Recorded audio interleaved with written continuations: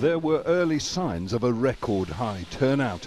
That could favour the opposition in preventing Hungary's ruling party Fidesz and Prime Minister Viktor Orban from winning a third consecutive two-thirds majority in Parliament.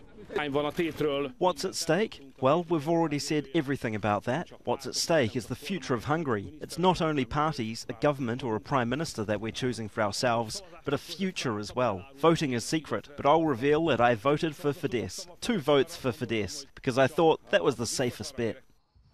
In the past, Orban has altered the constitution, changing the electoral law and curbing media freedoms. And he's promised to go further, targeting NGOs and civil society, possibly even the independence of the judiciary.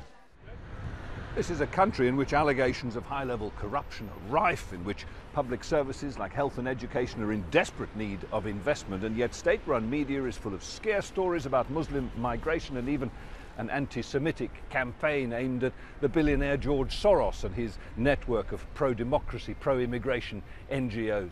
Here he is, surrounded by the opposition figures holding bolt cutters, getting ready to tear down the fence that Viktor Orban built to keep the refugees out.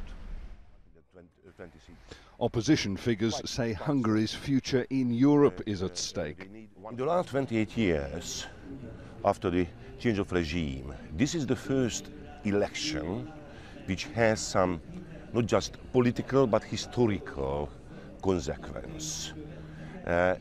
Orban hesitation between West and East, who is our friends, Berlin, Paris, London, Rome, or Moscow, or Azerbaijan, this is on the stake.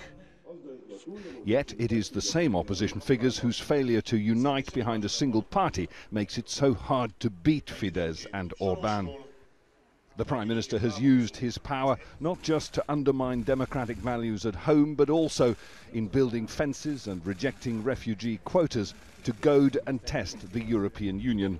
In a wider sense, therefore, a win that is not a two-thirds majority win would amount to a substantial defeat. Jonah, Al Jazeera, Budapest.